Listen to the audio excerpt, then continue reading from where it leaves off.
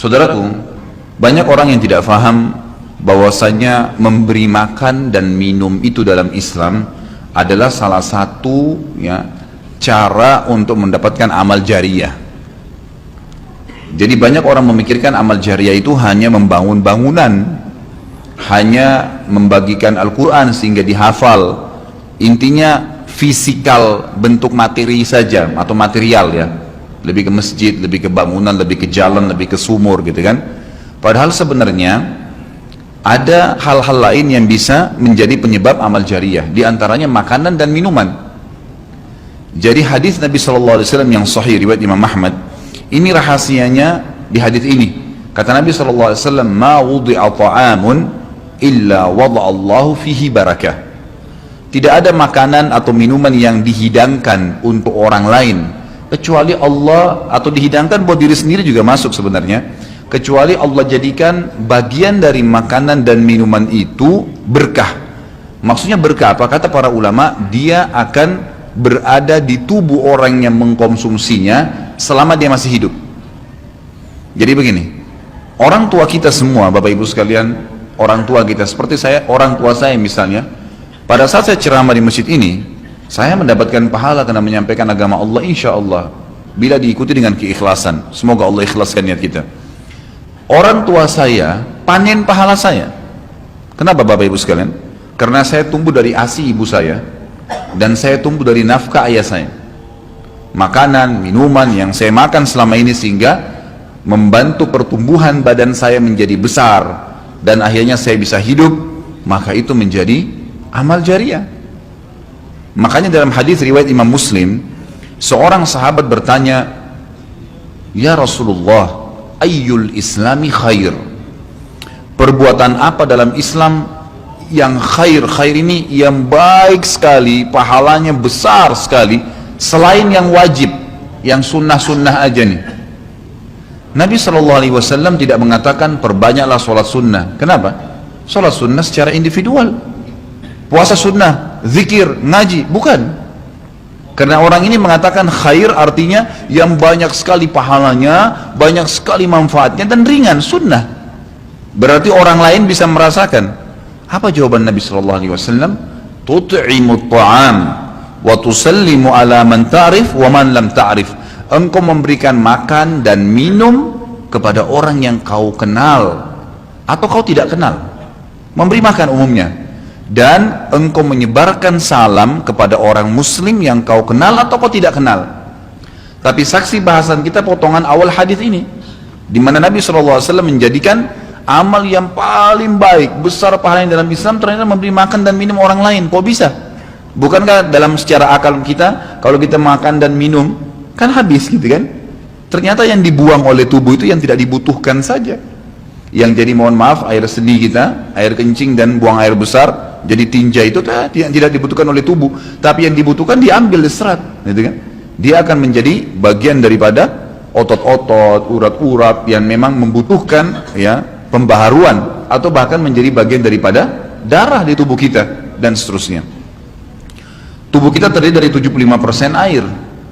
Dan Allah SWT mengatakan dalam Al-Quran, a'udzubillahi minasyaitonirrajim, waja'alna minal ma'i kulli syai' hayy. Kami jadikan dengan air itu segala sesuatu bisa hidup. Dan memang seperti itu. Manusia bisa hidup dalam sebulan tidak makan, tapi manusia nggak bisa hidup kalau sebulan nggak minum. Bukan sebulan, seminggu nggak minum. Makanya para sahabat, beberapa riwayat menyebutkan seperti Abi Dzar radhiyallahu anhu, beliau mengatakan waktu beliau datang ke Mekah untuk mencari tahu berita tentang Nabi SAW, saking khawatirnya kalau beliau mengaku mau cari Nabi, karena semua orang yang datang dari luar Mekah mencari Nabi Muhammad SAW waktu zaman di Mekah itu digebukin atau dipukul. Dia dari suku Kifar, dia khawatir. Maka dia bilang, karena khawatir saya ditahu orang asing, saya juga kalau beli nanti retorika bahasa saya berbeda, maka saya minum air Zam-Zam. Dan selama beberapa hari dia tinggal di Mekah itu, 2 minggu cari Nabi SAW, 2 minggu minum Zam-Zam, gak makan apa-apa. Dan bisa, gitu kan, minum air. Beberapa sahabat juga dalam riwayat Bukhari menjelaskan, mereka pernah tinggal di Mekah selama sebulan tidak minum kecuali air Zam-Zam. Bisa hidup. Apalagi memang Zam-Zam punya kelebihan. Zam-Zam itu kata Nabi SAW adalah makanan dan minuman yang menyehatkan dan mengenyangkan. Tapi intinya air, gitu kan, intinya air. Fungsi air banyak sekali, kan gitu. Tadi kalau kita masuk makanan dan minuman dulu, memberikan makan dan minum dalam Islam ini sangat besar pahalanya, sebagaimana saya jelaskan, dan termasuk amal jariah. Di dalam Islam ada beberapa kegiatan yang kita disuruh untuk memberikan makan dan minum orang, seperti misalnya membuka puasakan orang lain dengan minum dan makan, dan dijanjikan pahala yang besar. Man fattara sha'iman kana lahu mithlu ajri sha'imin min ghairi an yanqus min ajri sha'imin syai'a.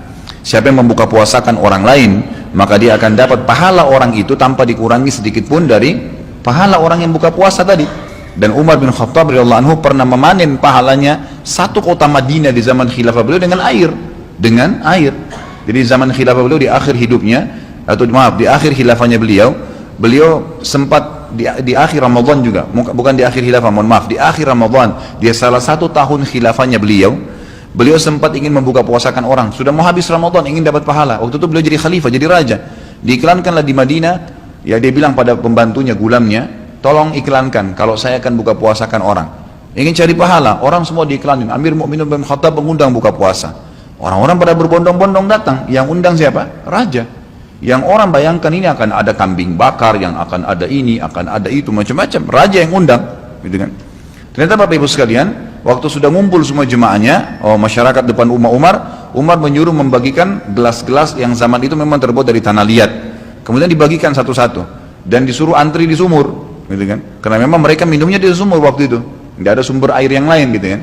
Mereka antri di sumur, lalu mereka ambil isi air masing-masing di sumur itu, antri kemudian sambil duduk. Setiap kali seseorang di antara mereka dituangkan air di gelasnya, mereka berkata, mungkin sebentar keluar kurmahnya, makanannya dan seterusnya. Begitu terdengar azan, kata Umar kepada pembantunya, sampaikan kepada seluruh muslimin, silakan berbuka puasa dengan air yang ada di tangan mereka. Maka dia pun mengatakan, silakan buka puasa, dan selesai segelas air ini, maka selesai buka puasanya Amir Mu'minin, gitu. Orang akhirnya bubar. Tapi pada saat itu orang faham, Umar bin Khattab ingin mencari pahala orang, gitu kan, ingin mencari pahala saja. Dan ini sudah saya tekankan, kalau menjelang Ramadan, Anda juga bisa ikuti pengajian saya di YouTube, ada judulnya Dahsyatnya Ramadan. Salah satunya itu kalau tiba Ramadan, ikhwan, maka maksimalkan waktu membuka puasakan orang. Apa susahnya membeli sedus air, ya, air mineral, berapa harganya? 20.000, 30.000, 20.000 rupiah kalau nggak salah ya. Air mineral gelas, isinya berapa? 40 sekian. Baik, kalau kita bagiin di masjid, satu orang minum satu gelas, kita dapat 48 pahala orang buka puasa.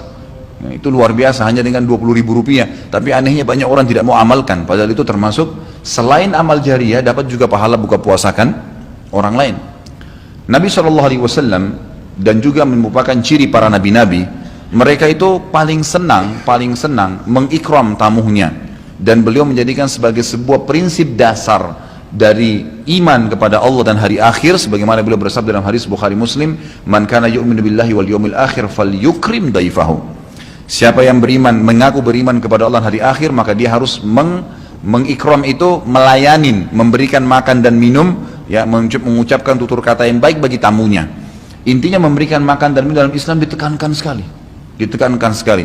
Karena itu juga termasuk, ya, amal ibadah, amal jariah dan amal ibadah yang akan mendapatkan pahala. Jadi ada dua sisi pahala yang didapatkan selain amal jariahnya, selama dia makan dan minum, kemudian itu masih ada di dalam tubuhnya, maka berarti itu akan terus menjadi amal jariah. Kata para ulama, dia akan terus menjadi amal jariah pada saat seseorang tumbuh besar. Kayak kasus seseorang manusia tadi, orang tuanya, ayahnya carikan nafkah yang halal, ibunya kasih ASI, dan dia tumbuh besar dari situ. Tumbuh besar ini ternyata menjadi otot-ototnya, menjadi komponen dari tubuhnya. Kemudian dia menjadi besar, lalu dia menikah. Dari komposisi tubuhnya tadi, ternyata ada yang mengalir di sperma dia kepada anaknya. Kemudian anaknya tumbuh besar juga dari situ, dan seterusnya. Jadi amal jariah selama masih ada manusia itu. Jadi seperti itu luar biasanya gitu. Di antaranya tadi saya bilang, kita bisa mendapatkan pahala dengan buka puasakan orang. Yang kedua, mengikram orang. Mengikram ini memberikan, menyuguhkan sesuatu buat tamu. Ya. Termasuk, ya, yang dianjurkan adalah sering-sering, ya, mentraktir orang lain. Ada kultum saya itu. Subhanallah, saya isi salah satu pengajian di salah satu kantor di Sudirman ini. Sampai saya dibisikin, Ustadz, setelah saya nonton di YouTube ceramahnya Ustadz tentang traktir, ini teman-teman semua pada berebut nih, saling traktir-traktiran gitu. Jadi nggak lagi nunggu temannya yang bayar, tapi dia yang bayar duluan. Ternyata itu amal jariah ya Ustaz ya. Oh iya, amal jariah. Kan gitu. Memberikan makan orang, bayangkan kalau dia makan dan minum dia kenyang. Kemudian ada yang jelas pasti ya, makanan minuman yang dimakan dan diminum itu pasti ada bagian yang akan menjadi komposisi tubuhnya, nggak mungkin semua terbuang. Maka itu berarti akan jadi amal jariah. Apalagi kalau dasarnya yang kita berikan makan orang-orang yang bertakwa, orang soleh, luar biasa, makin kuat dia beribadah. Ciri Nabi Ibrahim alaihissalam, Nabi Ibrahim itu malah luar biasa ikramnya, ya. Dia suka dengan tamu, sampai-sampai kalau dihidangkan makan, cirinya beliau nggak pernah makan sendiri. Pasti habis dihidangkan makan, dibuka pintu rumahnya, siapapun lewat dipanggil makan sama dia. Syekh bin Baz, hafizahullah, rahimahullah, beliau sudah meninggal. Salah satu muridnya menceritakan, beliau itu punya rumah, ya, rumahnya dia, di belakang atau di samping rumahnya itu ada sebuah tempat yang kosong, pakai AC, ya dilapangkan seperti masjid inilah. Setiap hari beliau menyiapkan makan siang dan makan malam untuk 600 orang. Setiap hari. Siang itu untuk 600 orang, malam untuk 600 orang. Jadi 1200 orang yang makan setiap hari. Atau 1200 porsi lah ya. Kalau orang yang sama makan siang dan makan malam. Sampai-sampai beliau bukan mengundang ya, nggak diundang orang. Jadi awal-awalnya saja diiklanin. Jadi kalau sudah tiba waktu makan siang, yang lagi nyapu jalanan mampir, yang lagi lewat mampir, yang muridnya mampir, yang kerabatnya mampir, pokoknya mampir 600 orang. Siang malam, tiap hari sampai belum meninggal. Itu bagaimana mereka mengikramnya. Kadang-kadang kita subhanallah, makanan kita taruh di kulkas sampai rusak, nggak mau dibagi kepada orang. Pelitnya luar biasa. Kalau buahnya lagi berbuah dibungkus, nggak mau dibagi ke orang lain. Padahal sebenarnya rahasia untuk menambah berkah sesuatu benda, rezeki kita, itu diinfakkan dulu. Kata Nabi SAW di dalam hadis Bukhari, Allah SWT berfirman, ya ibna Adam, anfik alaik, wahai anak Adam, infak dulu baru saya infakkan kepadamu. Artinya baru saya bukakan rezeki itu. Kita kalau mau otomatis ya, spontan, begitu dapat makanan, ada makanan terus langsung dibagi. Dibagi langsung pada saat itu, nih bagi sama teman misalnya, atau kita porsinya sebagian, atau kita beli bungkus yang lain. Ini saya beli satu bungkus makanan 10.000, beli satu bungkus yang lain khusus kasih fakir miskin, sebagai tanda syukur terhadap makanan tadi itu, langsung diinfakkan. Itu spontanitas, tidak berhenti rezekinya tuh.